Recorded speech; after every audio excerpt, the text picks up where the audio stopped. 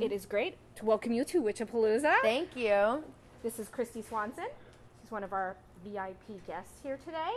And first of all, have you ever been to Sacramento before? Yes. When was the last time you were here? Well, I have friends. I'm friends with the Maloof family who own the basketball team, and so I came up and saw a few games. Saw the Kings play. So yeah. Very cool. So you've gotten to hang out in Sacramento before. Very cool. And I'm sure they showed you the town. Yes, and I also have some other friends that live here, the Polanskis, Dr. Polanski and his wife, and so yeah. Ah, very cool. Everyone talks about Buffy. We know that you're but you've been acting since you were 9. So, I mean, is there something other than Buffy that you just really enjoy doing? That, I mean, you've been doing television, and radio TV and film for so long. Well, I enjoyed doing Flowers in the Attic, and I enjoyed doing this TV series called Grapevine, which nobody really saw, but I really enjoyed doing it because I liked my character. But I really enjoy almost everything that I do. I don't really, have a favorite or anything. No.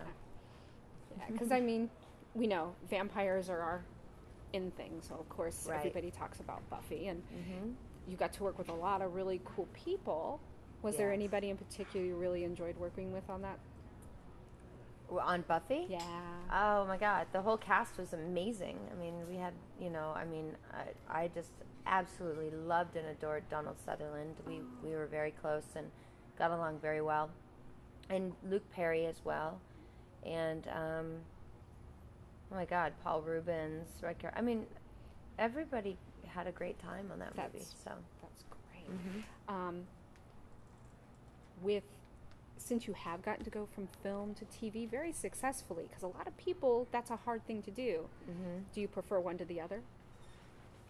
Well, it's interesting. I mean, I've never been in a series long enough to know how.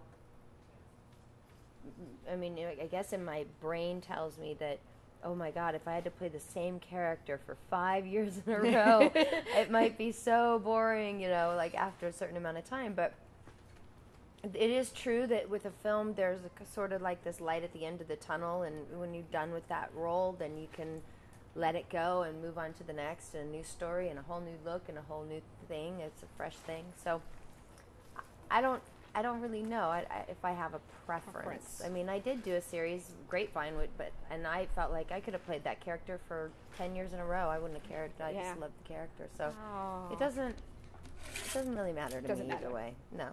Yeah. What has been your strangest experience with a fan? You would have to ask me that one. Was it our most recent one? Yeah. With Dragon Con? Yeah. That was Dragon Con? Yeah. He this fan came up and he was drunk, and he was indecisive on what he wanted, and he didn't want to take a picture with me or get a picture or wooden stake or what he wanted, and so he was just kind of standing there. I helped some other people, and then he goes, I want to take a picture. So I got up and I walked around the side of him, so I'm on his right side, he's on my left, and we're shoulder to shoulder to take a photograph. He pulls out of his right hand, he hands this camera to the guy who's my helper, who's going to take the picture, and I'm standing there with him, and he reaches in his left pocket and pulls out a Beretta and points it at my face, and it's hollowed out point, so to me that's a gun. And I jumped about 10 or 20 feet, I don't know what, and I went running, screaming all sorts of F-bombs, and I was so freaked out, and I heard him say something like, oh, come on, I would never do that, but there was so much commotion, and David, who was taking the picture, actually grabbed the gun from the guy and pulled it towards his belly, which is the stupidest thing to do. Yeah, and so he's like, protecting you at least. Yeah, and then the guy took off and left, and then we tried to call security, and he somehow blew past security. So the police department was looking through a sea of 100,000 people trying to find this effer, and I had to go do a panel, and I was kind of white as a ghost and shaking, and I just was so whacked out. And which is understandable. I mean, that's crazy. It's I can't believe that somebody, even if it was fake, you don't do that. Well, at this point, we don't know if it's fake. It You doesn't still- matter if it's real or if it's fake. You don't point a gun at somebody's somebody. face. You know, I mean, that's just retarded. Yes. So, not very PC of me to say, but it is. And so they find him about 2.5 hours later. They find the guy, and I had a chance to press charges. And I decided, I found out that it was an identical replica of a police Beretta.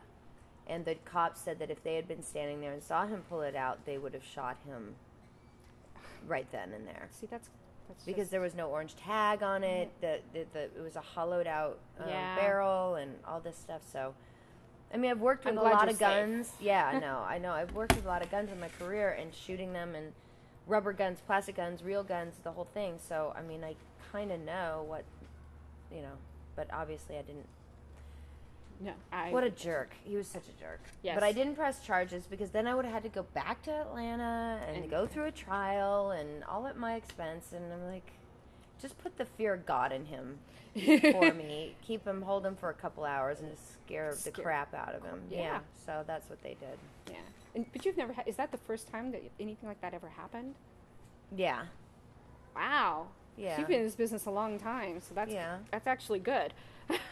Well, it's only been that I've one never had a gun pulled on me. No, but I mean, as far as no other bad experiences. I had a stalker. Yeah. Is that He common? got convicted. Yes. I like to hear that. Yeah. I've been through the stalker thing myself, actually. Okay. So Yeah. I'm glad that they were able to do something Yeah. about that. So I also know you work on Iraq Stars. So why don't you tell us a little about the foundation? Oh, Iraq Star is, I'm the warrior ambassador for Iraq Star, which is a pretty fancy title. And I can't really spell it, but it's fun. I mean, it's an amazing foundation. We work with our wounded warriors, that are men and women that come back from the Afghan and Iraq wars. We offer them free reconstructive surgery, so that they can get back into society and feel good about themselves. And, because there's certain things that happen where they, they'll lose, they get in these explosions and they'll lose their teeth, or they'll lose an ear or part of their nose or an eye, and the VA will come in and, give them surgeries, but they can't do it all. Like they could give you an eye, but they won't give you an eyelid. Yeah. You know what I mean? So it's kind of like that sort of thing. Yeah. Is there an event coming up? I just had an event last week, our big fundraiser we had at the Universal Hilton, and Dr. Phil hosted it, and Gary Sinise was our honoree, and it was a great night. And so it was good.